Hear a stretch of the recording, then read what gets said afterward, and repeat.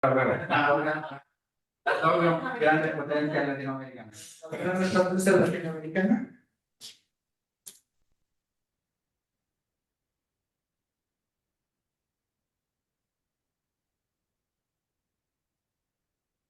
Pero qué buena que te quieras regresar. Sí. Bueno, es que vivir en Madrid. Sí, bueno. Es seguro. Bueno, a mí me pasó cuando yo llegué a vivir aquí, era me agregado vivir en este pueblo, era como puta. Era como que podía caminar, todo abierto, como La profesora en México vivía en el DF. en el de Ese no. enorme, una locura de vivir ahí. ¿Y cómo es el tema de la seguridad? Mis hijos se quieren ir a vivir a México, estoy seguro. No, espera. Yo les digo, es que pasa, si no te toca el narco, ya no te salga. O sea, México pasó por eso, México pasó por esto de los asaltos, secuestros, ¿no? Pero luego Estamos transmitiendo por Facebook. ¿Estamos? Entonces podemos literalmente comenzar.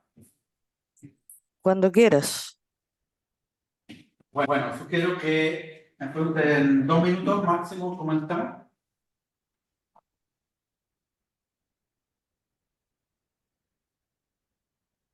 Perdona que solo veo a una persona ahí en la mesa, no le veo a Gilberto.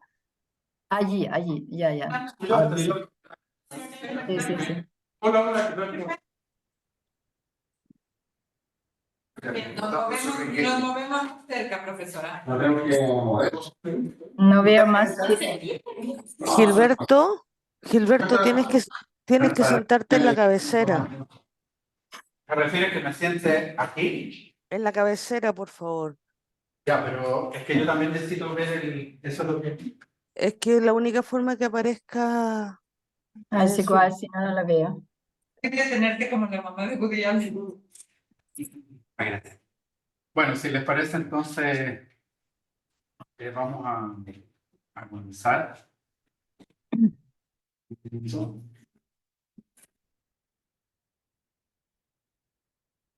Bueno, muy buenas tardes. Es un placer estar con ustedes.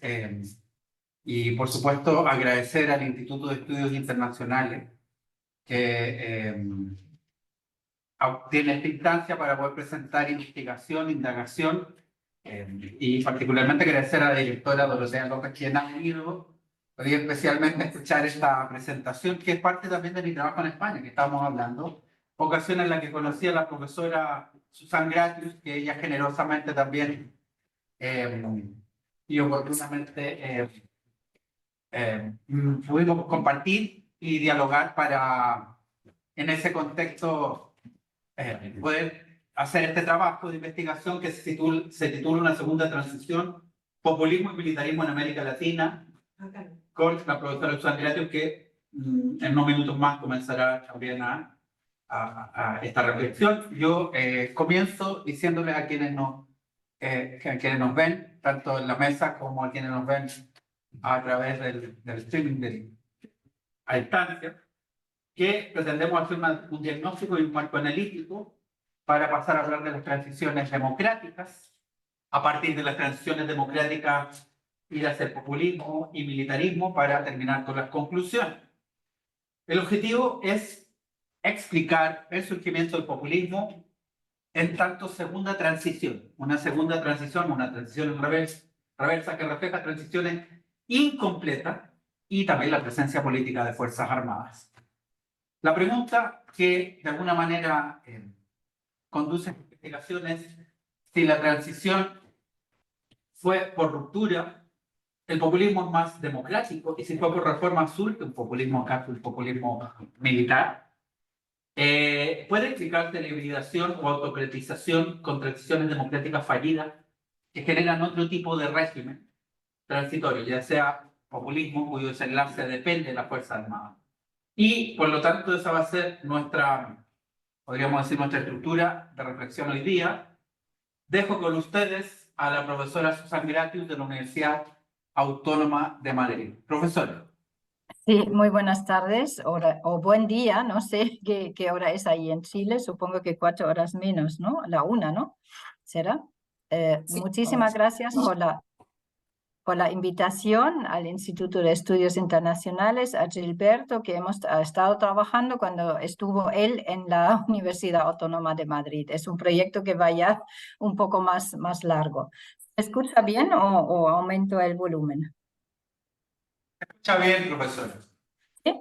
Bueno, lo primero es, sorprendentemente, ¿no? Si miramos el Economist Intelligence Unit, vemos que las democracias están en minoría frente a los regímenes híbridos, ¿no? Que están marcados en rojo, y a las autocracias. Bueno, no hay más autocracias que estos tres, que llevan ya muchos años, pero hay este peligro de que el proceso o que se haga una transición a la inversa.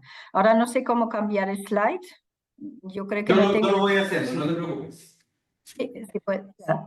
Aquí vemos un poco la tendencia a largo plazo, que esto creo que conocemos todos este dato, no es nada nuevo, del Latino Barómetro, que siempre nos ayuda a hacer un diagnóstico de los regímenes políticos, las tendencias políticas, y vemos que evidentemente hay un declive, ¿no? de la fe, de la confianza en la democracia, o del apoyo a la democracia, si lo miramos a mitad de los años 90, que fue como un poco la época de oro de la democracia liberal. Luego ya, a partir de 2001, cuando la securitización, el 11 de septiembre, notamos que va bajando, y en América Latina, si ponemos el siguiente, Gilberto, es que yo no puedo, vemos un poco que estos tres que están ahí, que también son datos muy conocidos, además entiendo que se hace el Latino Barómetro en Chile, Uruguay, Costa Rica y Chile son las únicas democracias plenas de América Latina, ¿sí?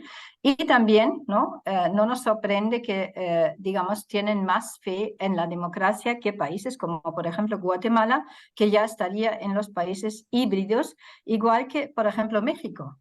La democracia, una de las más grandes, también está considerado ahora como híbrida. Así que vemos que ha ido disminuyendo en determinados países, no en todos. Chile también, por ejemplo, no es un ejemplo. Chile es un ejemplo de democracia plena, de menos pobreza, bueno, un ejemplo muy positivo, pero vemos que incluso allí hay también el peligro de un régimen populista que puede desembocar en varios regímenes políticos al final.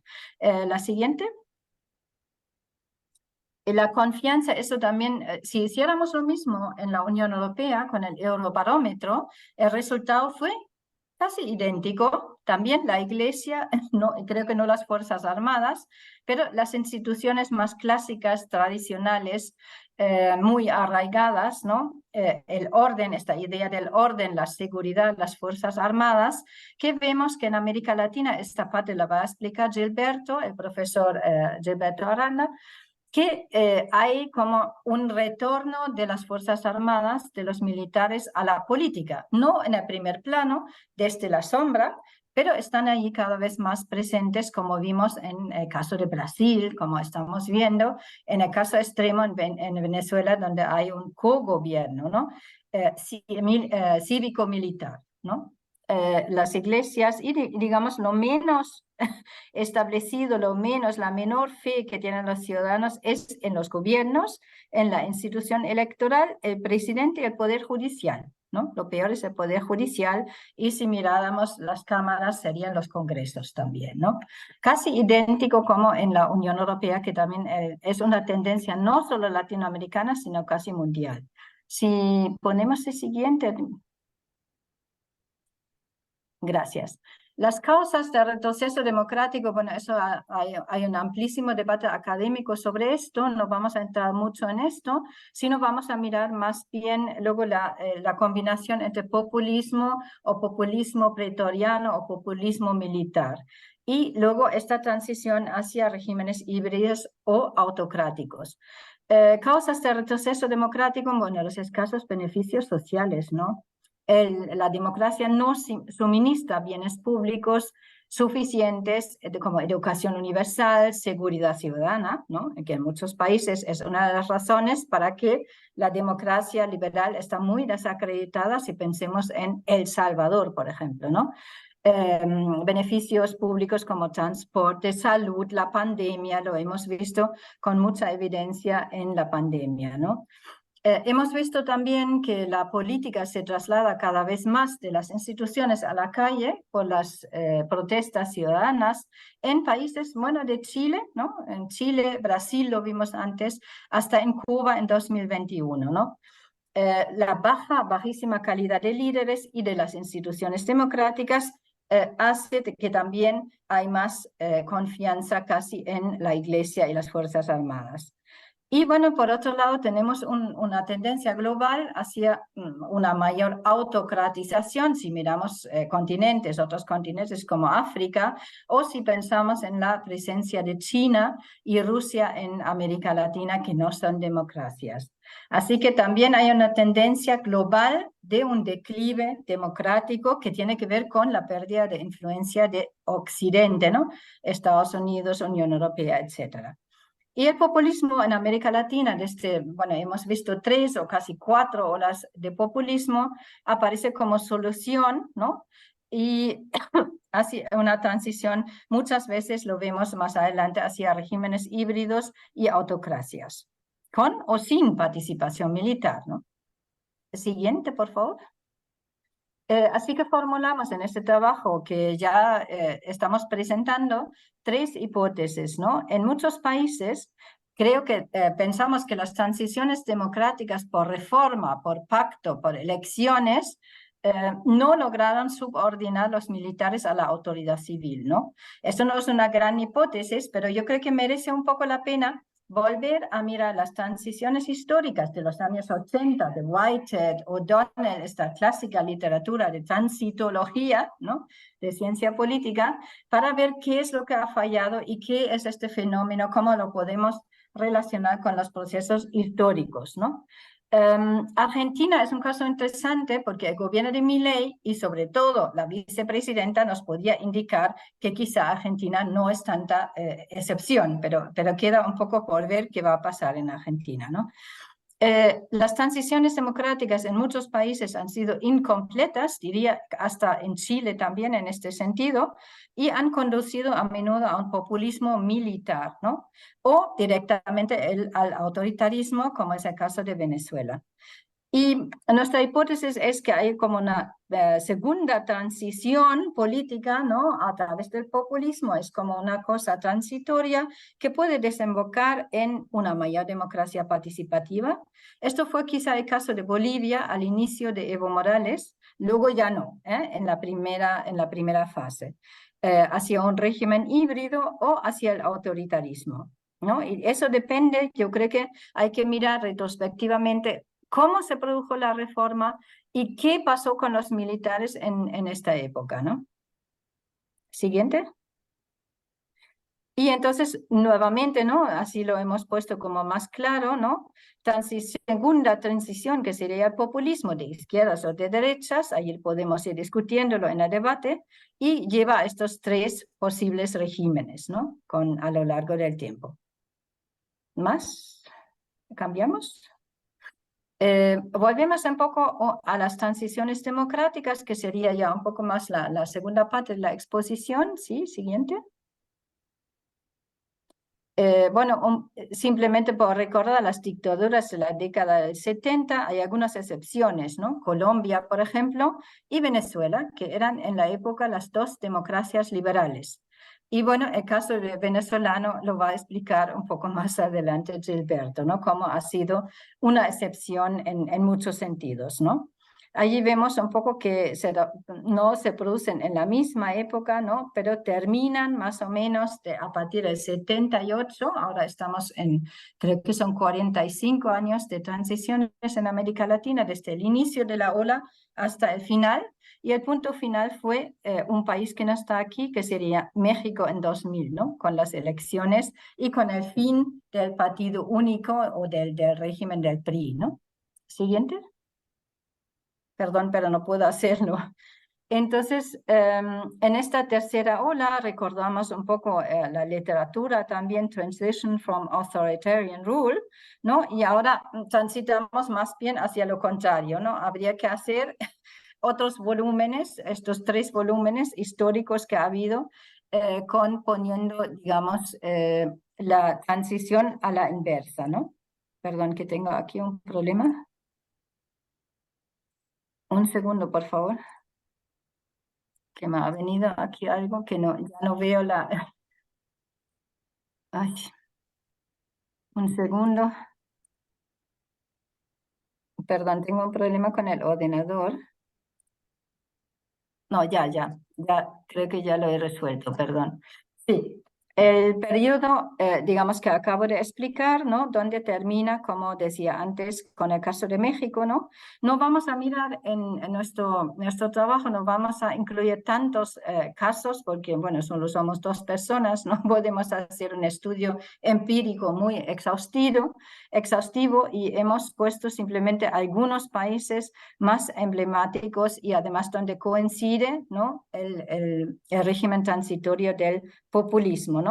Como es el caso de México, de Bolivia, Argentina, que tiene un populismo, pero no un populismo militar, etcétera. Eso lo vemos ahora. Sí, puedes seguir, por favor.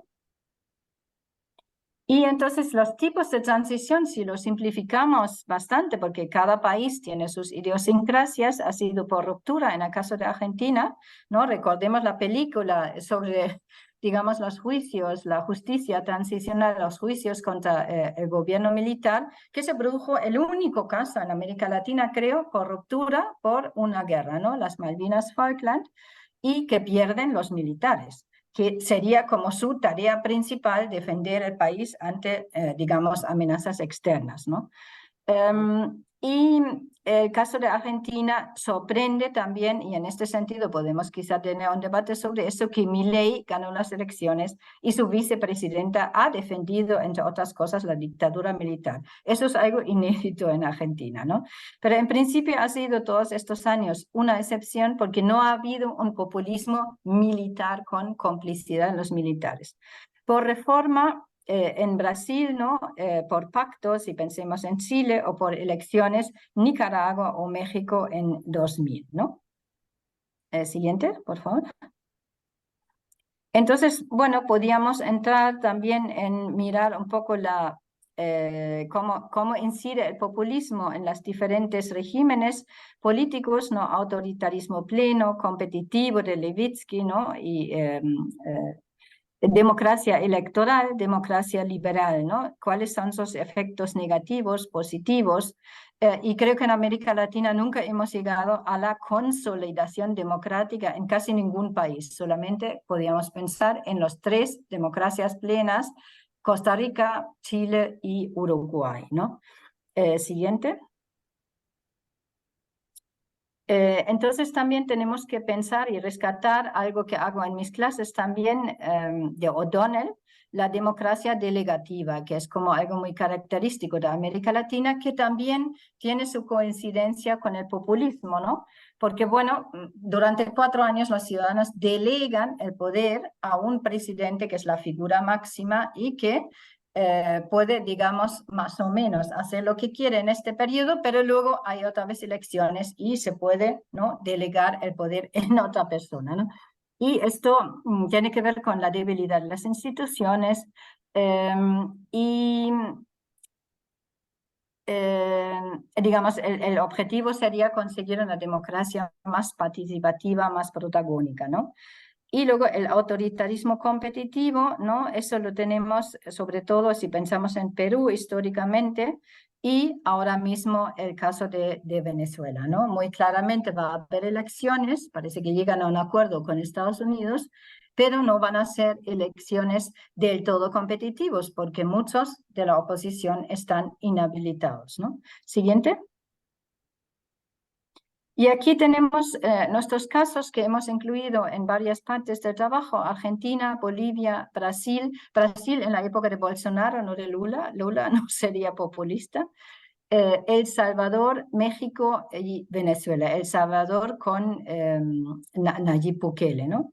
que es lo que se ha llamado el populismo punitivo, ¿no? En algunos libros, en alguna literatura. Y bueno, ahí destacar que tenemos de todo, ¿no? De la democracia sería Argentina, aunque democracia imperfecta, igual que Brasil, regímenes híbridos, El Salvador, México, Bolivia también, que no sé si estaría tan de acuerdo, pero está clasificado así en el Economist Intelligence Unit.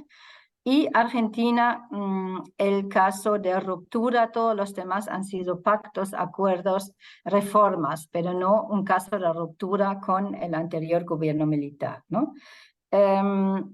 Y entonces, en todos estos casos, menos en Argentina hasta ahora, tenemos el golpe de Estado, bueno, un golpe o institucional, o como lo queríamos llamar, contra Evo Morales en 2019, y las Fuerzas Armadas actuaron como árbitro también en Bolivia y también en Brasil, ¿no? Y en otros casos como El Salvador y México tenemos la Guardia Nacional de AMLO, Andrés Manuel López Obrador, para apoyar, digamos, este plan de lucha contra el narcotráfico y aumentar la seguridad ciudadana, algo que no se ha logrado, pero se creó una nueva unidad, se militarizó de alguna manera también el país a través del presidente AMLO, ¿no? Y el caso venezolano es directamente el cogobierno entre Fuerzas Armadas, ¿no? Que tiene un rol protagónico, y el presidente Maduro. Siguiente, creo que ya he llegado al final, ¿no? Y vamos a dedicarle ahora, a través del profesor Gilberto Aranda, para presentar nuestra parte de populismo y militarismo. Muchas gracias. Y al final hago yo las conclusiones. Muy amable profesora Susan Gratius, que como les decía, pudimos trabajar juntos precisamente al alero de la Universidad Autónoma de Madrid. Yo estaba en Historia Contemporánea, pero ella en Ciencia Política y Relaciones Internacionales en Derecho. Y bueno, más de alguna vez en la cafeta de Historia, pues tuvimos reuniones para tratar este y otros temas. Así que agradecido la colaboración y sobre todo a quienes se han conectado y quienes han venido. Veo que hay gente de Bolzano, en Italia, también hay amigos en Mendoza y en Budapest, así que, y bueno, y quienes se conectan desde Santiago. También muchas gracias por estar aquí. A quienes vinieron hoy, a los estudiantes del máster, a las estudiantes de la licenciatura, profesores de Cancillería, colegas, amigos, amigas, gracias por estar esta tarde aquí. Bueno, yo quiero plantear algunas cuestiones que acompañan este trabajo, que es básicamente sobre el populismo, ¿no? Que Latinoamérica no inventó el populismo, pero ha sido un terreno fértil. De hecho, la literatura dice que hubo 3 olas, como vamos a ver, podríamos ir a una cuarta, eventualmente, cuando en Europa en general se habla de 2 olas populistas. Quienes hablan de estas múltiples olas, precisamente la profesora Susan Gratius, a propósito de la tercera ola hace 16 años atrás, pues más bien implementó esta idea y difundió esta idea que ha tenido, diría yo, bastante éxito de la Torre de la Réplica en el año 2017. Y claro, tenemos esta tercera ola de la marea rosa, correspondiente en algunos casos al socialismo del siglo XXI, que fue básicamente sudamericana. Por supuesto que cuando hablamos de populismo hay pues, lentes que podemos utilizar para ocultar. Desde la ideología, pensarlos ideológicamente, donde hay una serie de autores, entre otros Mood y Rovira, diría yo, conocido aquí. Sobre este mismo aspecto les recomiendo el artículo que escribió para el diario El País Cristóbal Rovira el domingo pasado. Otros que apuntan al estilo discursivo, donde también encontramos a autores que han especificado el caso latinoamericano como Laclau o Paniza, etc. Y el que pone el énfasis en la estrategia política, del cual Roberts y Weyland son 2 de los más conocidos. Son 3 diferentes lentes para mirar un fenómeno. Y claramente, como decía, encontramos estas 3 olas, ¿no? La primera, que es la ola en América Latina, la primera que es la del populismo clásico, entre los movimientos nacionales populares, donde encontramos figuras como Juan Domingo Perón y Getúlio Vargas. La que sigue, y por cierto, algunos también incluyen al presidente Lázaro Cárdenas dentro de lo que es el pre-priato. que es un tema, por cierto, profesora, que es discutible. Eso sí que muy Es un tema, por cierto, discutible. Y enseguida la del neopopulismo o populismo neoliberal, que es la de los 90, que es más bien, podríamos decir, coetánea a la que acaece en Europa. Giovanni Sartori está escribiendo del telepopulismo al mismo tiempo, se está viendo el tema de Silvio Berlusconi y su llegada a los medios de comunicación. Y en ese contexto es que los presidentes Carlos Menem, Fernando Collor de Mello y Alberto Fujimori son, podríamos decir, los más representativos. Fíjense ustedes que fuera de este 90 hay ya también inclusiones de Álvaro Uribe, que corresponde más bien 2002 al 2010 en este mismo grupo. Para pasar a la tercera ola, que es el populismo bolivariano, progresista o radical, donde figuran Cristina Fernández de Kirchner, Evo Morales, Rafael Correa, Daniel Ortega, Hugo Chávez y Nicolás Maduro. Junto también con Néstor Kirchner, ya son de los casos no consensuados, ¿no? A Néstor Kirchner, Luis Ignacio Lula da Silva, Andrés Manuel López Obrador, que también es posterior, pero que también muchas veces incluido en esa ola. Lo siento, profesor, seguimos pensando. Pero yo creo que respetan a Lázaro, estoy bien. Muy bien, muy bien. Extraordinario, ¿verdad? Todo el respeto. Y finalmente el populismo corradical o conservador, de los cuales, tal como se ha dicho, que es lo que estamos ocultando, están los casos de Jair Bolsonaro, Nayib Bukele. Vamos a ver qué pasa con Javier Milei. Las cuatro olas de populismo en América Latina, el nacionalpopulismo de los años 40, con una serie de elementos, el neopopulismo de los 90, el populismo de izquierda desde los 2000 en adelante, prometiendo revoluciones bolivarianas, ciudadanas, etc. Movilización de las masas, representan, sin embargo, estabilidad política y tienen distintos, podríamos decir, eslóganes que patentan, como el socialismo del siglo XXI o la idea de una integración vía ALBA en algunos casos. Y el retorno al neopopulismo, básicamente bajo el lente Huela, que es este populismo de derecha donde se pueden incluir a Jair Bolsonaro. Y nos preguntamos, el discurso nativista, que como veíamos con el curso el día de ayer, claro, para Europa puede funcionar el tema del nativismo, pero en América Latina es más complejo. Más bien habría que pensar en el americanismo, por ejemplo. Y bueno, recordando que estamos hablando de un populismo de corte pretoriano. ¿Cómo identificamos un populismo de corte pretoriano? Bueno, en primer lugar, la presencia y gravitación de militares activos en el gabinete, un número importante, ocupando también altos cargos estratégicos. Enseguida, democracias inerciales, como nos dice Vaquero, con tendencias autoritarias que perviven y subsisten dentro de esquemas democráticos. Y finalmente, la idealización discursiva de experiencias militares y cívico-militares pretéritas. Lo que podría ser el sueño de la Arcadia perdida, lo arcadio, ¿no? Y las demandas son de ley y orden, fíjense ustedes, liderazgo, fuerza, sacrificio de ciertas libertades para pasar un populismo penal. Hablamos de populismo punitivo, bottoms, crucial, pero también podemos leer del populismo penal, Prats, donde delincuentes y corruptos han sido favorecidos. La idea es que delincuentes y corruptos han sido favorecidos y pensan las personas. La efectividad es muy importante, ¿no? La gente se siente ignorada por partidos, exigen sistema judicial punitivo y hay un sentir común frente a hechos judiciales escandalosos. Una escasa, por cierto, también tolerancia política, particularmente en contextos de descrédito democrático. Ahí tenemos algunos casos, ¿no? Claramente el de Bukele y el de Nicolás Maduro, y está la foto de Andrés Manuel López Obrador, donde no está consensuado, y ciertamente ahí tenemos para hablar más bien como individuo. ¿Qué teníamos antes? ¿Qué teníamos en la década del 60 y 70? Bueno, dictaduras militares. Han recibido más atención en general, por supuesto en general estoy hablando, han recibido más atención las dictaduras militares con Sureñas y Brasil, ¿no? Que son las dictaduras que corresponden a los golpes de Estado en Brasil, Argentina, Chile, Uruguay. También llamadas regímenes de excepción, populanza, regímenes burocráticos autoritarios, esa es tal vez la definición más aceptada, autoritarismo excluyente, ¿no? Y tuvieron todo esto una fuerte incidencia en Estados Unidos. A veces se olvida que junto con estos militarismos hubo otros que fueron militares reformistas que también llegaron mediante golpes de Estado, como en Perú con Velasco Alvarado del 68 al 75, Panamá con Torrijos entre el 68 y el 81, Ecuador con Rodríguez Lara del 72 al 76, y incluso podríamos hablar de Torres con la Asamblea Popular Boliviana en el año 71 al 72. Hay una literatura que también lo coloca en ese ámbito. Son llamados militarismo progresista o autoritarismo incluyente. Y básicamente expresan los regímenes nacional populares. Bueno, ¿cuál es el tema? El militarismo y la militarización. ¿Qué entendemos por eso?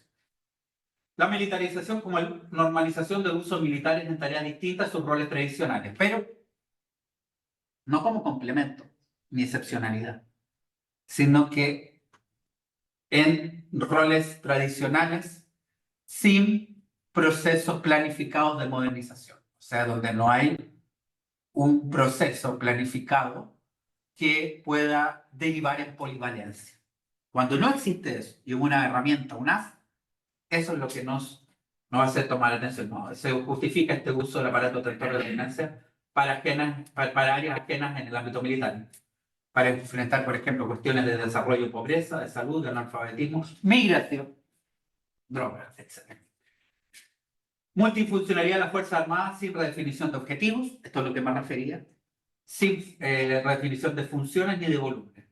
Puede redundar, si esto ocurre, el militarismo exacerbando, como lo definimos, como una autonomía militar que le permite ocupar función y posición social preeminente. Estos riesgos han sido advertidos por algunos investigadores como Ruth Diamine y Saint-Pierre, que advierten que crecientemente se delegan roles de seguridad interna a las Fuerzas Armadas, pueden derivar en formas de nuevo poder militar. Y ahí están los casos. Lo que decimos es que los militarismos progresistas hibridaron a su vez de la Revolución Nacional Popular y el militar.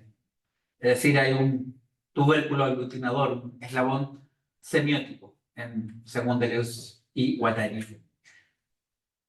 Veamos dos casos, el caso del postchavismo y los misterios del poder popular y el gabinete de Bolsonaro. En el caso del postchavismo, 11 de 36 ministros, es decir, el 31%, eran militares activos. Agricultura, tierra, alimentación, desarrollo minero, ecológico, defensa, despacho de la presidencia, relaciones interiores, justicia y paz, vicepresidente para seguridad ciudadana, energía eléctrica, transporte, obras públicas, secretario permanente del Consejo de Ministros, nueva frontera de paz. Y en el gabinete de Bolsonaro, lo que tenemos son 6 a 7, dependiendo del momento, de 22, que es un 32%. Vicepresidencia, Secretaría de Gobierno, Secretaría de Seguridad Institucional, Defensa, Minas y Energía, Ciencia y Tecnología, Infraestructura y Salud. Casi al fin, y antes de ceder la palabra, estoy con el tiempo, creo que bien, decir que, claro, en el caso del postchavismo ya un régimen autoritario, el populismo chavista derivó en tiempos de Maduro en un régimen autoritario, y en el caso de Bolsonaro, yo no me atrevería a decir tanto, pero ciertamente había rasgos de hibridación. En el caso de Brasil, claro, como decía, el periodo de pluralismo político en Brasil ha sido acotado entre el 46 y el 64. Es decir, lo que quiero decir es que antes del 46 la experiencia del primitivo Getúlio Vargas, no el Getúlio Vargas de los 50, sino que el anterior. Veo que acá puedo hablarles a todos los países. Y la República Vieja, el café con leche, todo esto, tenían elementos verticalistas autoritarios. Y, por supuesto, un régimen democrático del 85 a la fecha. Además, está recordar la conmemoración festiva de los cuarteles brasileños aniversario del golpe del 64 y comentarios públicos del expresidente a favor de la intervención militar. Bolsonaro atribuyó un rol político a los militares en la sociedad política. En el caso de Venezuela, la historia independiente venezolana está asignada por el ejército. La civilidad apenas lidera el trienio del 45 al 48 y el punto fijo. Bueno, desde la época realmente de Chávez, que los programas de redistribución social están en una parte importante administrados por militares, como el Plan Bolívar 2000 y posteriormente algunas de las misiones. Maduro, por supuesto, es un culto de Chávez, además de la ejemplaridad. Los gobiernos ejemplares son los gobiernos militares de Eleazar López Contreras del 35 al 41 y el reformista Isaías Medina Garita del 41 al 45. El punto fijo es más bien lo que se etcétera. Profesora, La dejo entonces con las conclusiones del trabajo. Sí, creo que hemos corrido un poco, ¿no? No hemos consumido tanto tiempo, así que tenemos más tiempo para el debate. Bueno, en el texto quizá advertir, tenemos más ejemplos, no solamente es una comparación entre Brasil y Venezuela, pero por cuestiones de espacio y tiempo, pues no hemos incluido más ejemplos y no hemos seguido aquí tan sistemático el análisis por casos, ¿no? Bueno, las conclusiones de nuestra investigación serían que las transiciones democráticas incompletas, bueno, serían incompletas en su parte militar, favorecieron el auge del populismo, bueno, en otras partes, que representan una segunda transición y tienden a generar regímenes híbridos o autocracias, aunque también teóricamente pueden generar unas democracias más participativas. Bueno, el ejemplo negativo para esto sería Venezuela. Algo más positivo podríamos quizá evaluar la experiencia de Bolivia, ¿no? Sobre todo en el primer gobierno de Evo Morales. Segundo, como resultado de transiciones democráticas incompletas y un régimen populista aparece, en muchos casos hay un nuevo militarismo, digamos, la gran pendiente de las transiciones, y hay ahora muchas publicaciones sobre la autocratización de América Latina, la militarización, ¿no? Es que no se logró esto, ¿no? Por eso autores como Rutia Mint, ¿no? Destacan ya muy tempranamente el papel de los militares en muchos países, ¿no? Las democracias latinoamericanas también, eso tiene que ver con la incapacidad, lo que decía antes, de la incapacidad de generar políticas públicas, ¿no? Que generan, bueno, un bien común básico que sería la seguridad ciudadana, ¿no? Que es un gran debate en América Latina todavía, ¿no? Tercera conclusión, las democracias latinoamericanas de la posguerra fría han continuado confiriendo a los militares un alto grado de autonomía, ¿no? Ante podríamos decir, la incapacidad de muchos gobiernos de suministrar estos bienes públicos, como la seguridad, allí entran nuevamente las Fuerzas Armadas, menos en países, eso también es interesante considerar, como Uruguay o Argentina, hasta el momento, donde se han dedicado también a misiones de paz, por ejemplo, en Naciones Unidas. Se les asignó después de las transiciones un papel diferente, ¿no?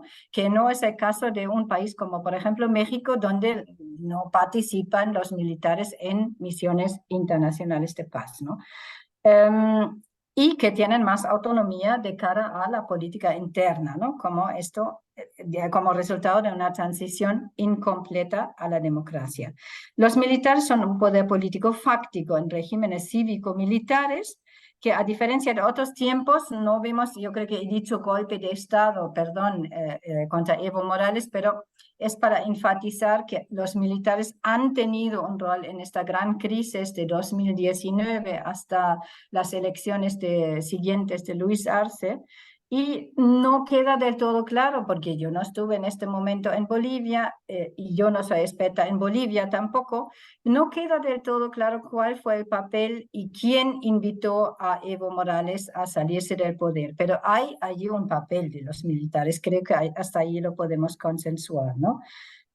Y actúan, como por ejemplo el caso más claro fue Brasil, bueno, la mayor democracia de América Latina, donde en enero de 2023 hemos visto que los bolsonaristas no solamente imitaron a lo que hicieron los leales a Trump, ¿no?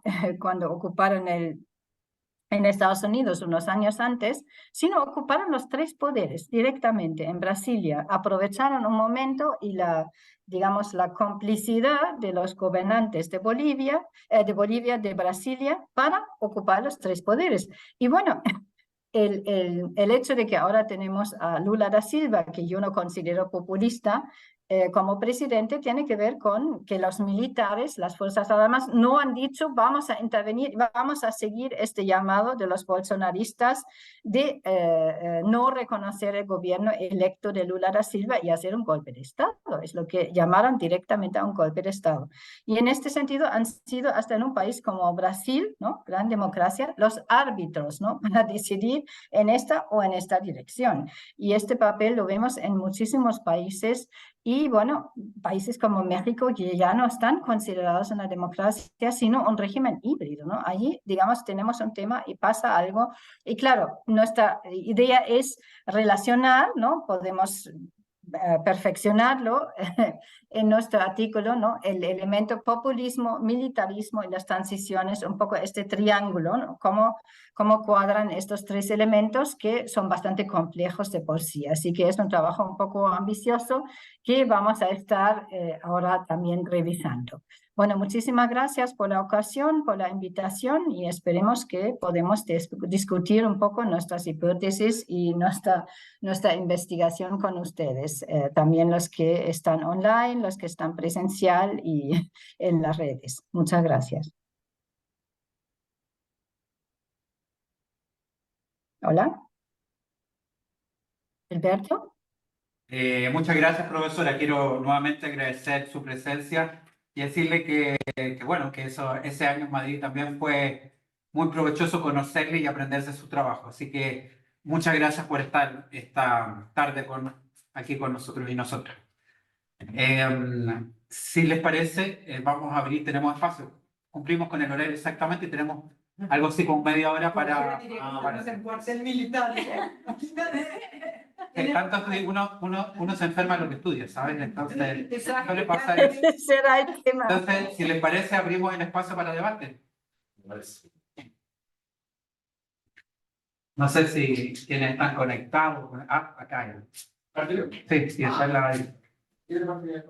¿Profesora? No, es que yo de verdad hablo bien bueno, voy a partir ya, está bien. Sí. No, yo parto muy desde la ignorancia, les agradezco a los dos y los felicito, y bueno, que haya sido productivo ese año y hayas tenido la oportunidad de conocer a la profesora gratis. No, a mí me gustaría saber si en este análisis de Estados Unidos aparece, tiene algún rol en estas transiciones. Sobre todo viniendo de un país que está lejos de Dios y cerca de Estados Unidos, donde además en nuestro poder militar, nos reíamos con María José, porque cuando la profesora decía México no manda misiones militares, yo le decía con trabajo, nuestros militares han agarrado una vez en su vida una pistola, o sea, tenemos un cuerpo militar muy debilitado, entonces saber si Estados Unidos tiene algún rol en esas transiciones militares. Gracias, profesor. Bueno, en mi caso tengo una recomendación, un par de observaciones y una pregunta. ¡Wow! Por el tema del tiempo. Lo que pasa es que el tema del comunismo me gusta, lo he escrito y siempre el foco ha sido América Latina. Entonces es bien interesante lo que han expuesto. Con respecto al tema de la recomendación que me gustaría hacer el profesor Aranda, yo voy a hacer el video de un trabajo que publicamos con el profesor Isaac Caro este año sobre el avance de las nuevas derechas, la nueva derecha radical, tomando Chile como ejemplo. ¿Por qué? Porque ahí hay un debate teórico con respecto a los regímenes híbridos. La ciencia política actualmente ha trabajado mucho la discusión institucional con respecto a cómo los regímenes híbridos han fomentado el surgimiento de estas nuevas derechas radicales. Por tanto, ahí hay una observación, porque ustedes colocan esa variable del régimen híbrido como fenómeno explicativo del populismo. Personalmente no me queda tan claro si lo explica el populismo, pero me gustaría si pudiera profundizar a qué se refiere con régimen híbrido. Porque el régimen híbrido, desde el punto de vista del análisis del avance de las nuevas derechas radicales, está explicando fenómenos como el de Brasil, fenómenos como el de Chile también. Y por lo mismo, concuerdo cuando la persona usa en esta categoría que colocan ustedes de regímenes democráticos híbridos, ubican a Bolivia, que en mi caso... No estoy tampoco convencido de que Bolivia sea un caso de régimen híbrido. ¿Ya? Por tanto, si pueden profundizar con respecto a qué se entiende por régimen híbrido, porque eso explica mucho. Explícame. Y para cerrar, con respecto al populismo, uno que estudió en la Universidad Peronista, donde San Martín, con un proyecto kirchnerista, el comunismo es. Todos los días discutíamos con un populismo con Cabanos y O'Donnell, Garrett. ¿Por qué se vuelve nuevamente el populismo como eje articulador de la discusión y no se toma el neopopulismo como expresión política mucho más reciente? Porque en el fondo, los regímenes que ustedes colocan ahí en pantalla, no sé si son populistas o neopopulistas. Y ese es un debate que la verdad las cosas que todavía no se zanja. Yo creo que es uno de los conceptos polisémicos más difíciles de categorizar, que es el populismo. Esas son mis apuntes, profesor Aranda. Gracias, muy amable. Profesor, acá tienes a otro, no peronista, ¿no? otro profesor argentino. Tenía algunas Es que no se les ve desde aquí, perdón. No les veo, no sé quién habla. No ves porque solamente ves la mitad de Pero la... le podemos repetir el nombre ahora. Sí. ¿Quién habló? Va a hablar ahora el profesor Federico Rojas de Galarreta, ¿sí? Sí. Es que el segundo no lo recuerdo bien, el Rojas es que se me olvida. Federico Rojas de Galarreta. Profesor. Tenía algunas preguntas en realidad para que pudieran explayarse un poco más en algunos aspectos que me dieron curiosidad. Siguiendo un poco la línea, mencionaban diferentes definiciones o concepciones de populismo. Me interesaba ver cuál seleccionaron finalmente, con cuál trabajan más dentro de esos tres variantes o ramas. Y en base a eso también cuáles fueron tal vez los criterios de inclusión y exclusión de cada uno de los casos como bajo esa definición. Y respecto de la primera hipótesis, me queda la duda de que hay entre medio de las transiciones y el regreso a los populismos. ¿Cuál es el mecanismo causal? ¿Qué tipo de mecanismo causal hay ahí o cuál trabajan, cuál están pensando y por qué? ¿Por qué hay un efecto de una cosa sobre la otra, siendo que son eventos tal vez separados temporalmente? Si es que genera condiciones, si es que tiene algún impacto directo, indirecto, tal vez alguna otra variable interviniente, ¿cómo lo están pensando en ese aspecto? Eso. Felicito además la presentación, es muy interesante el tema y es un gran disparador de entusiasmo. Sí, muy amable, muchas gracias. Tienes a José Pozo. Y Andrea, no sé si hay preguntas en Facebook o en chat que nos pudieras dar. Perdón, Adriano es Pedaletti, lo tenía levantado antes y luego José. José y Adriano, empieza José, por favor, adelante. Muchas gracias, felicitaciones al panel, excelente, muy bueno. Mira, tenía dos consultas. La primera es, ¿por qué queda tan abajo Perú? Yo sé que han habido estos últimos 2 años, pero hay regímenes muy autoritarios que llevan muchos años en condiciones de no democracia prácticamente, y me extrañó que estuviera tan abajo en el ranking Perú. El segundo aspecto, voy a ser muy breve, es el caso de Bolivia. Por razones profesionales me tocó, digamos, ver ese tema, y la verdad que la sensación que queda es que Evo Morales fue presionado evidentemente por el comandante en jefe del ejército a irse, hubo una presión, pero por otro lado queda la sensación de que los mecanismos que había para que pudiera suceder la sucesión constitucional, prácticamente todos los líderes que eran del MAS, no todos solidarizaron con él y se fueron. Entonces ahí hubo una cosa un poco extraña que habría que buscar más a fondo, y por otro lado el tema de la presidenta Yáñez, también hay una cuestión ahí que hay que ver con mucho cuidado, porque hay cosas que todavía no se clarifican mucho.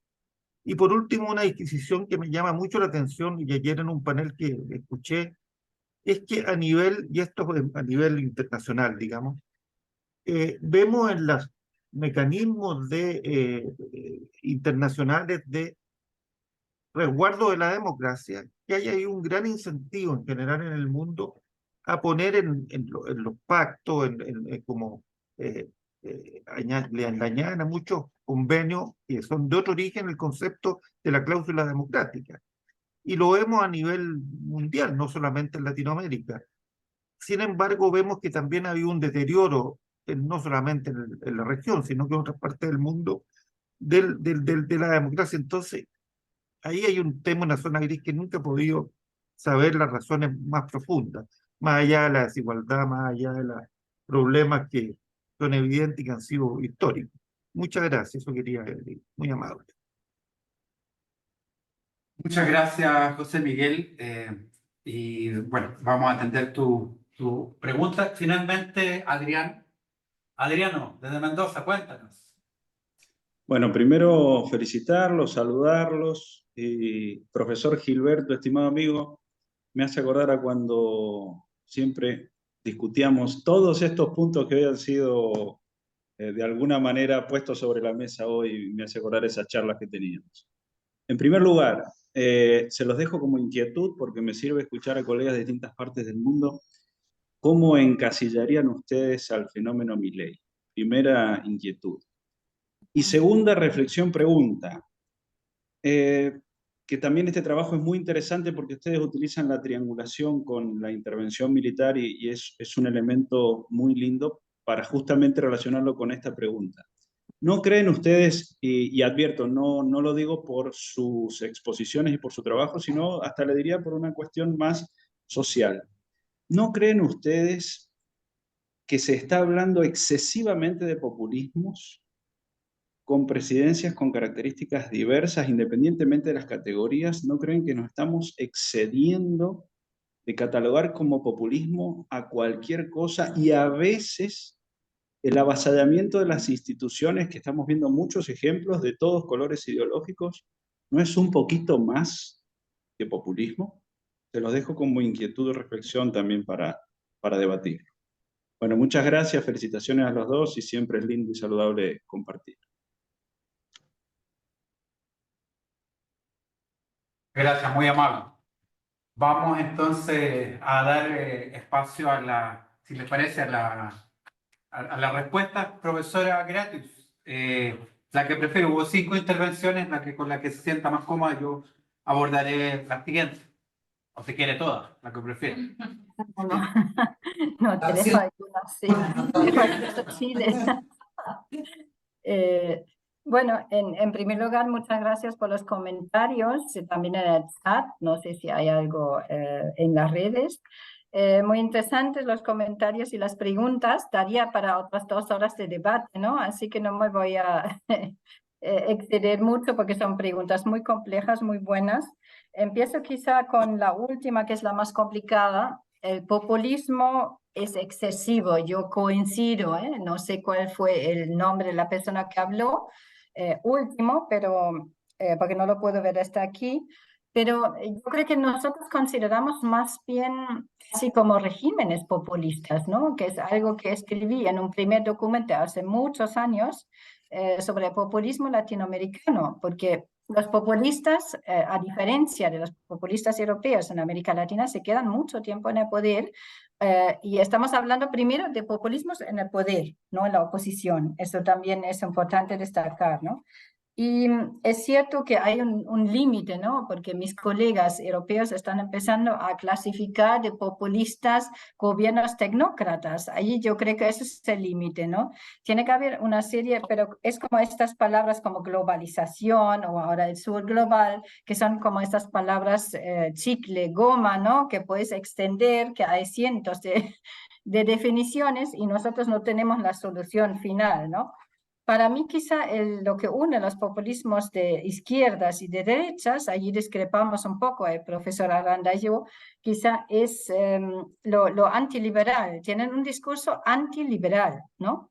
No necesariamente antioccidental, porque fue muy pro-occidental el gobierno de Bolsonaro con ciertos gobiernos. Bolsonaro, por ejemplo, estaría al límite. Podríamos decir que era un gobierno de derechas, ¿no? O fue un populista. Allí no lo tengo tan claro porque también para mí el carisma, ¿no? y esta capacidad de diálogo directo, ¿no? Entre líder y pueblo, ¿no? La construcción de pueblo sería también un elemento muy importante, ¿no? Pero tienes razón que estamos excesivamente utilizando esto, ¿no? Milei, bueno, ¿es un presidente de extrema derecha o es un populista o mantiene un discurso populista? Todavía no lo sabemos, no ha asumido el poder, ¿no? Va a ser en unos días, ¿no? Y allí eso es importante para nuestra hipótesis de que las rupturas, ¿no? Bueno, no generan un populismo militar, podría ser el ejemplo contrario, ¿no? Pensando en su vicepresidenta, no lo sabemos. Quizá eso refuta nuestra hipótesis, ¿no? Una de ellas, ¿no? Luego, bueno, también interesante la otra pregunta de cómo vinculamos transiciones y luego por qué, ¿no? Se produce este populismo. Quizá eso tiene que ver con el elemento que mencionamos de la democracia delegativa, ¿no? Y de los sistemas presidencialistas que se prestan a tener, ¿no? Este diálogo directo entre líder y pueblo, ¿no? Y tener una estructura de poder muy piramidal. Y en esta estructura piramidal también encajan de alguna manera lo militar, ¿no? Las fuerzas armadas, el elemento pretoriano, ¿no? Pero bueno, no tengo la respuesta a esto, ¿no? Pero esas democracias delegativas al final pueden desembocar también en un más bien régimen, no tanto discurso, estilo o estrategia, sino en casi un régimen populista donde las instituciones cuentan además muy poco, ¿no? No tengo la respuesta. Lo mismo régimen híbrido, esto es basado más bien en Larry Diamond, ¿no? En su momento lo definió hace muchos años, muchas décadas, como un régimen que está entre simplemente democracia y autocracia.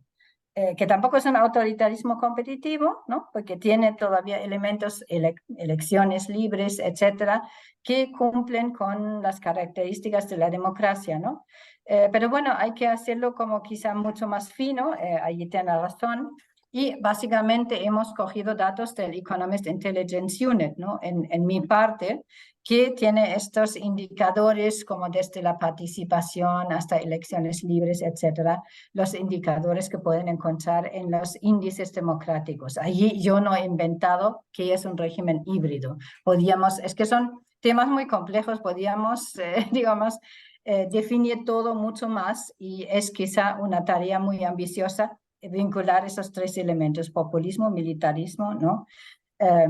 Y allí entramos en el debate de regímenes políticos, ¿no? Y las transiciones democráticas, ¿no? Es muy complejo, ¿no? Nos van a poner muchas críticas, me temo, en el artículo, ¿no? Sí, que hemos enviado. Muchas gracias por los comentarios y bueno, casi he dejado poco, ¿no? Pero creo que te queda algo por contestar. No, sí, por supuesto. Gracias, profesora. A ver, yo simplemente decir que el elemento de Estados Unidos es muy importante.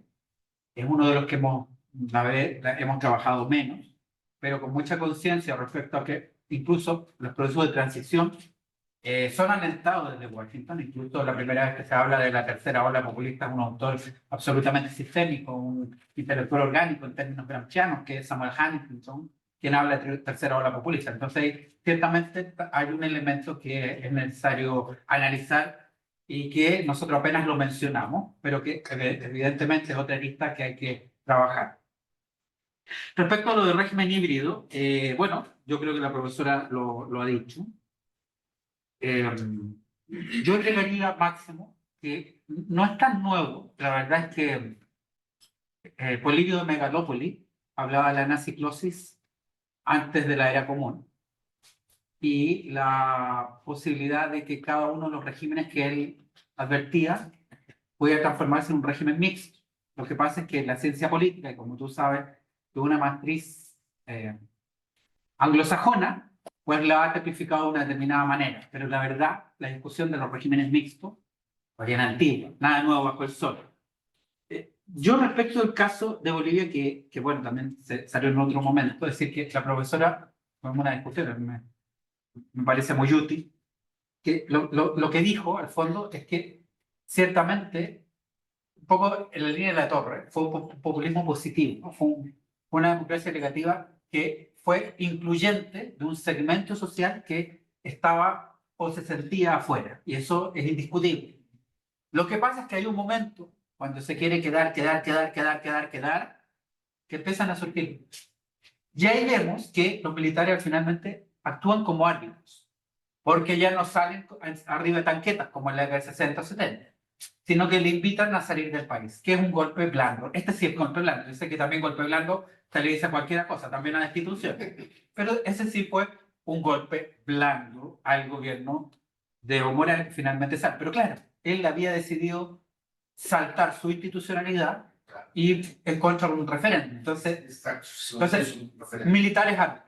Cuando el 2023, en enero del 2023, aparece un conato en la Plaza de los Tres Poderes en Brasilia, lo que vemos que los militares finalmente se deslindan por ratificar a quien había sido electo, que era Lula.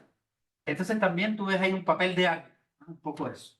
Eso me da el paso para ir a la tercera punto, ¿no? Inclusión e exclusión. Bueno, vimos los casos mencionados.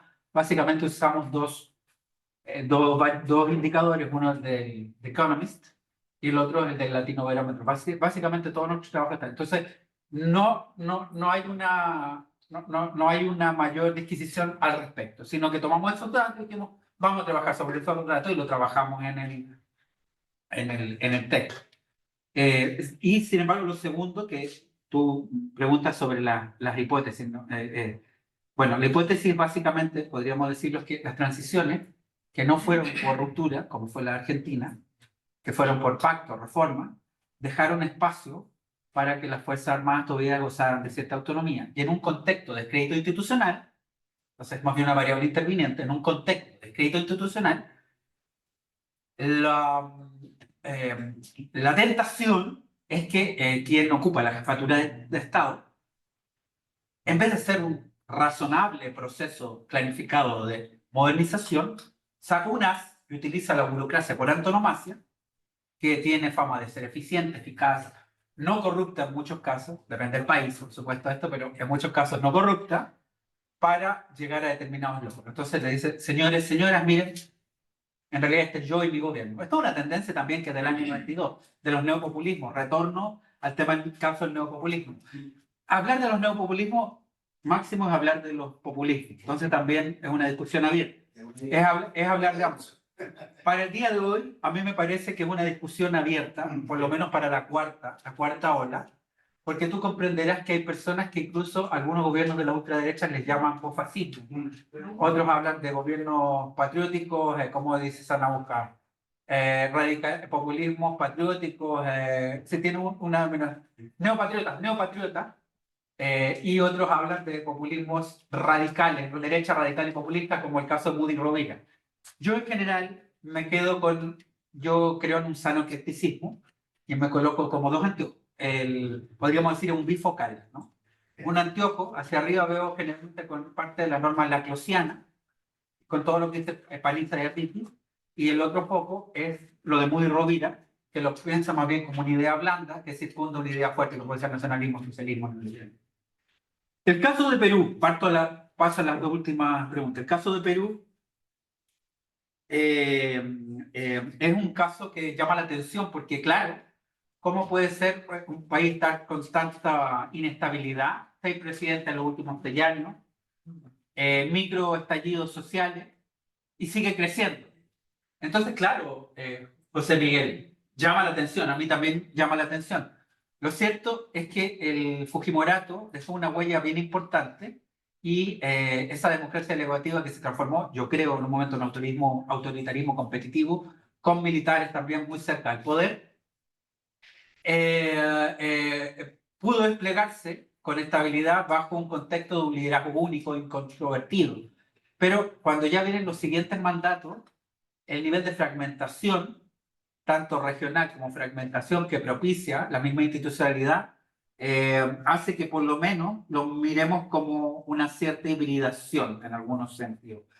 De todas maneras, a mí me interesa ver qué va a pasar cuando lleguen al poder otro tipo de candidato, que tal vez apelando precisamente a bases sociales serranas, tiene un discurso de cambio profundo. Tuvimos un caso con Ollanta Humala, que tenía un discurso en su primera candidatura súper radical, de Pachacuti, de dar vuelta a la tortilla y cambiar todo. Pero una vez que él llegó al poder, aparcó todo y gobernó distinto. Ahora está en Tauro. No sé qué va a pasar, yo tengo dudas. Eso me sirve para decir un par de cosas de Milei, para finalizar el caso de que planteaba Adriano. ¿Quién es Milei? Bueno, esa es una pregunta que va a comenzar a ser resuelta el día 10 de diciembre, cuando suma el poder, porque lo que tenemos son imágenes disruptivas de un candidato con una motosierra. A mí me recordaba un poco a Jason, ¿no? De Martes 13. O sea, es el zoom de la disrupción. Una persona que utiliza el término casta, que no lo inventó Podemos, pero lo usó primero Podemos en esta última parte, para hablar de todo, y lo primero que hace es llegar a un acuerdo con una parte de una casta. Sé que Luis Caputo, que suena como probable miembro del gabinete, está diciendo que no va a la dolarización, entonces algunas de las teorías de dolarización y Banco Central, pues vamos a ver, se están como deteniendo. Entonces, una cosa es el candidato de estilo populista que dice todo lo que quiere en campaña, y otra cosa es el tema de la llegada al poder y, bueno, hacerle frente a aquello. Yo concluiría diciendo, un poco en línea con Cristóbal Rovira en el artículo del País del fin de semana, que hay una diversidad, es verdad, tenemos una diversidad de fenómenos que nos hace pensar, ¿será una cuarta ola? Tal vez podríamos hablar más bien de una corriente profunda que ola, porque ya tantas olas parecen abiertas. Pero las tres olas me parecía que funcionaban bien. Lo de cuarta ola es una pregunta que nos hacemos. Y las definiciones están ahí. Ciertamente los candidatos de la ultra que tú mencionas, si uno tuviera que buscar el común denominador, tendría que pensar básicamente en cómo ondean la bandera de la seguridad. O sea, la gente quiere un sheriff. Mucha gente lo que quiere es un sheriff. Y al mismo tiempo, vemos que también hay todo un discurso, podríamos decir, muy conservador respecto a una serie de elementos que fueron bandera histórica del así llamado progresismo, ¿no? Etcétera.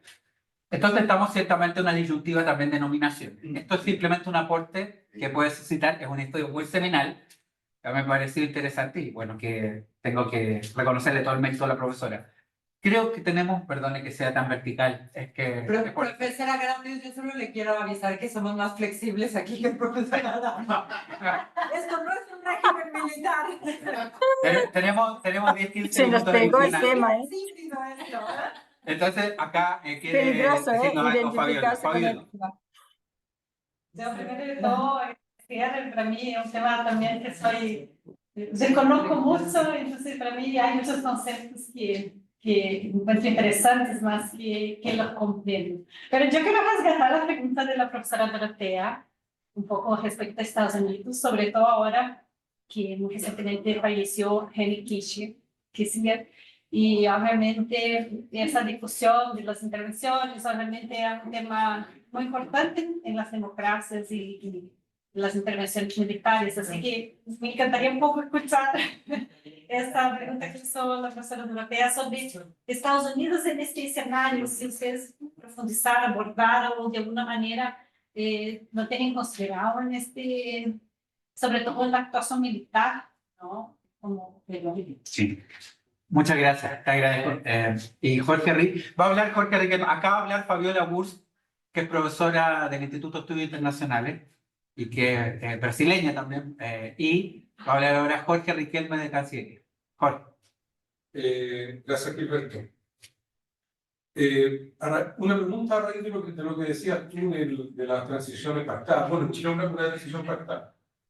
Pero ¿qué opinan ustedes respecto al caso chileno, respecto al eventual riesgo a la militarización?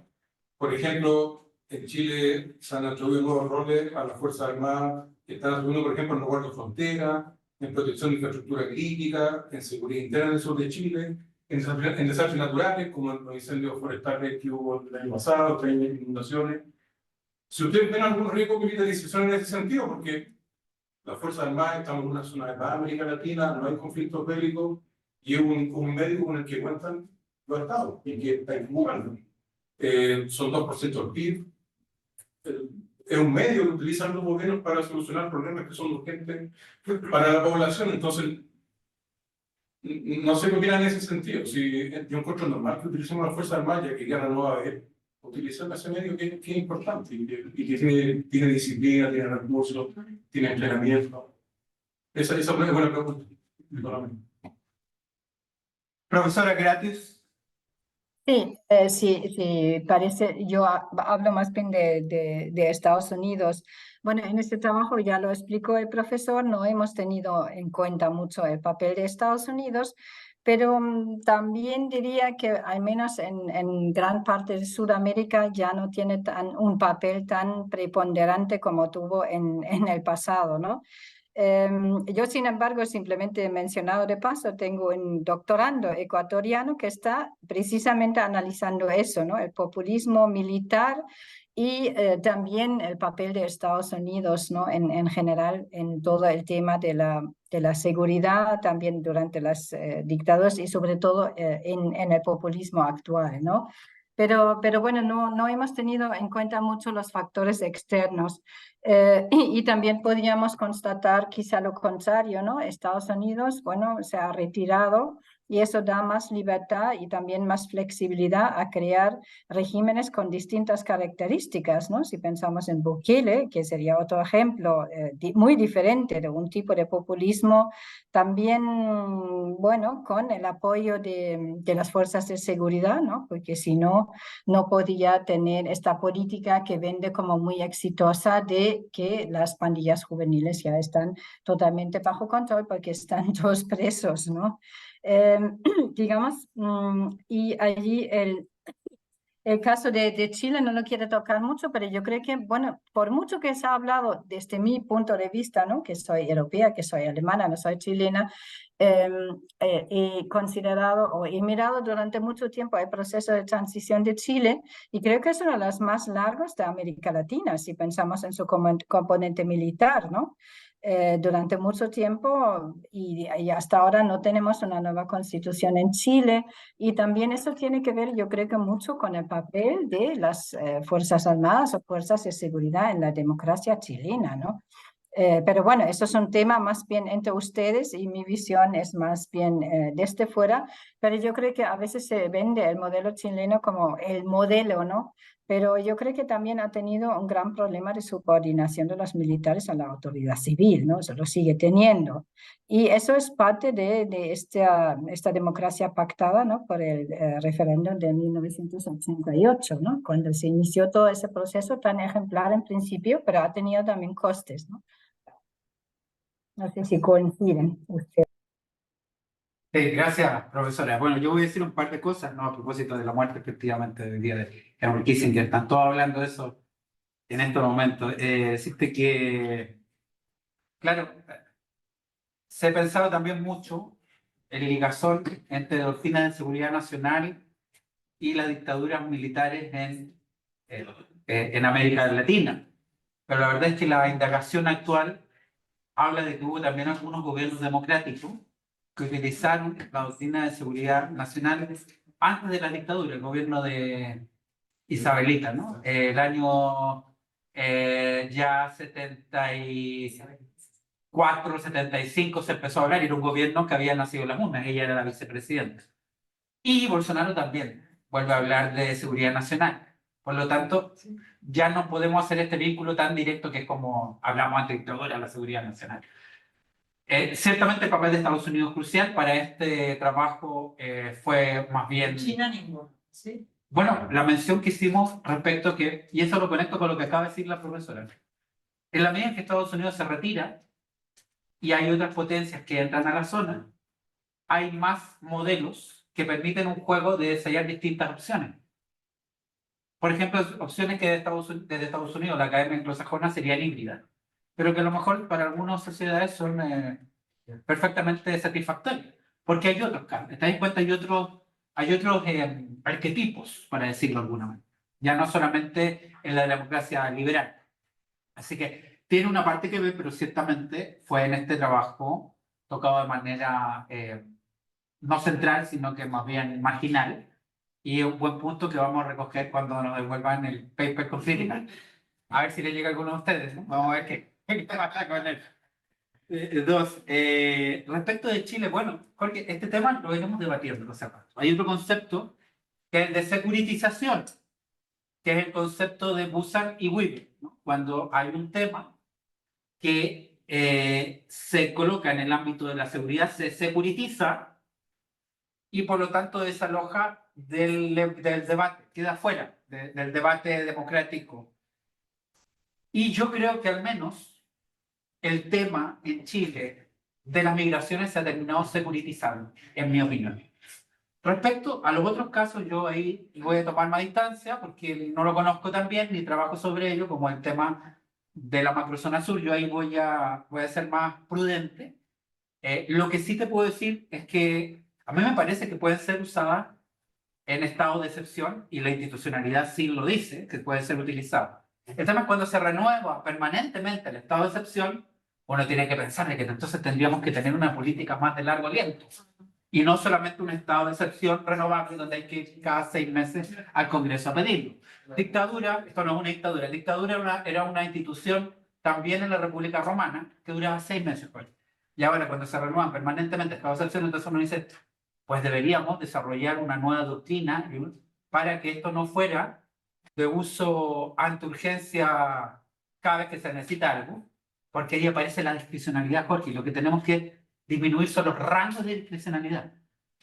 En otras palabras, estoy absolutamente a favor que los militares participen en tareas complementarias, ya que no vamos a tener guerra, dijiste tú. Yo no lo sé, pero me imagino que guerras no van a haber. Venezuela mañana. No sabes, claro, no sabemos. Pero tú ya que te dijiste que no vamos a tener guerra, vamos a hacer. Yo también, sí, vamos a hacer una utilización, pero eso tiene que haber un proceso planificado donde se estudie la función, volúmenes, para que eso no sea parte de un tema discrecional. Porque ahí, si es discrecional, un jefe de Estado lo puede usar en tu urgencia cuando quiera y se transforma en un as, que lo va a hacer popular y después va a decir otra cosa. Todo lo más integrado a una institucionalidad, y para eso yo creo que es necesario ir hacia una polivalencia efectiva, pero eso tiene que estar declarado en una ley.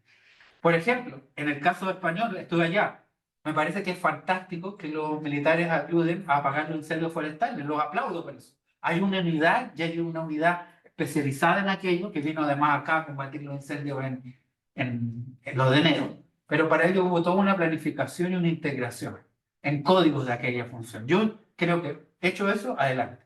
Si no, y si depende de la decisión ante la urgencia, entramos en áreas riesgosas. Esa, decirte que haber un gobierno militar, no, pero un área riesgosa al menos, que podría favorecer a otro tipo de gobiernos o regímenes, en algún momento, no este, por supuesto. Eso. Y lo que usted diga, director, lo que usted diga, director. No, el que tiene tiempo, el que no tiene tiempo es usted, no es la infraestructura física. Quiero agradecer a todos quienes participaron, tanto desde los ciber, ¿verdad? A distancia, como quienes tomaron el tiempo de venir hasta aquí para acompañar. Quiero darles las gracias. Hemos tomado nota. Esto debemos haberlo hecho antes de enviar el trabajo, pero ya vamos acá, vamos a ver ahora. Pero creo que esto es muy importante, discutir lo que se está haciendo. Así que, profesora Grato, no sé si quiere decir usted algo. No, nada más, solamente agradecerles la ocasión y bueno, eso, que hemos tomado nota y vamos a intentar mejorarlo en la primera y ojalá no en la segunda ronda. Muy amable, muchas gracias. Les deseo a todos buenas tardes. Bueno, gracias. Hasta luego. Chao.